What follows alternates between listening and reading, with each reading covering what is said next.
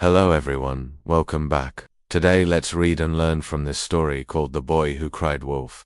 Once upon a time, high up in the mountains, there was a shepherd boy who took care of a huge flock of sheep. Every day he watched over them, making sure they stayed safe and didn't wander too far. But our young shepherd was a bit mischievous. He liked playing tricks on the villagers who lived at the bottom of the hill. One day as he was tending to his flock, he got bored and decided to play a trick on the villagers. He started to shout, "Wolf! Wolf, help me, please." The villagers heard him and thought the wolf had come to attack the sheep, so all the able men in the village dropped whatever they were doing and rushed to help the shepherd boy. They grabbed their sticks and stones and ran up the hill as fast as they could. But when they got there, they saw the boy laughing and playing with a stick. "Ha ha, you all fell for my trick," he said, enjoying their puzzled expressions. There was no wolf at all. The villagers were angry, but they warned the boy to be careful in the future and then went home.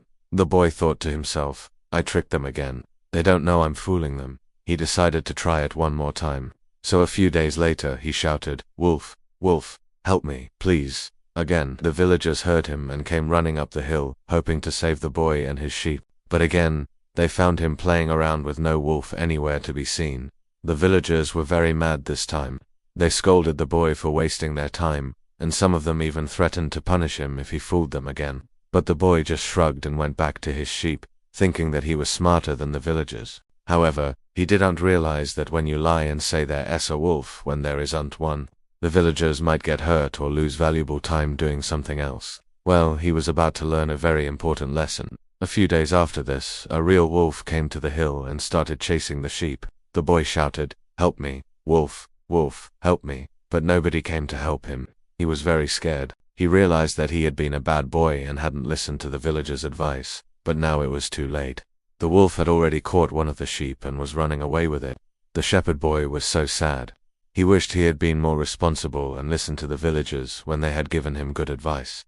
And you know what? When he cried, "Wolf, wolf, help me," this time they didn't come, because they thought he was playing another trick on them. He had lied so many times, so they didn't believe him. As the boy watched the wolf disappear into the trees, he understood that his lying had brought him big trouble. Now he had to learn the hard way that when you lie, people will stop believing you, even when you tell the truth. Now let's talk about the English used in the story. In this story, the main character learns an important lesson about being honest. When you tell lies, people will not believe you when you tell the truth. This is an idiom that means that if you lie often, people will stop believing you when you tell the truth. For example, when the wolf really attacked the sheep, the boy cried for help, but the villagers did not come to help him because they thought he was lying. Another important thing to learn from the story is to take responsibility for your actions. When the boy lied to the villagers, he did not think about the consequences of his actions. He just wanted to have fun. But when the wolf really came, he had to face the consequences of his actions. He couldn't blame the villagers for not believing him. He had brought this on himself. If you want to learn more English idioms and phrasal verbs, subscribe to the channel and comment below. We'll send you a free PDF guide with 21 common idioms and phrasal verbs we'll use in this lesson. Let's look at some of the phrasal verbs used in the story.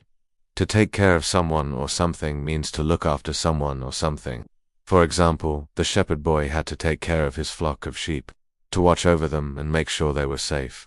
To drop something means to stop doing something in order to do something else. For example, when the villagers heard the boy's cries for help, they dropped what they were doing and came to help him. To shrug means to raise your shoulders to show that you don't know or care about something. For example, when the villagers scolded him, the boy just shrugged and went back to his sheep. Now let's practice using some of the vocabulary and phrasal verbs we've learned. Fill in the blanks with the correct words. You can pause the video to think about your answers. No. 1. The boy had to underscore his flock of sheep every day. Take care of. No. 2. When the wolf came, the boy asked the villagers to underscore him. Help. No. 3. The villagers were angry, so they underscore the boy and went home. Scold. No. For after the wolf had taken one of the sheep, the boy felt very underscore sad. Number 5. The villagers stopped believing the boy because he had lied to them so many times. He had brought this on. Now let's listen to the story again and pay attention to the pronunciation. Listen and repeat after me. Now you try reading the story in English.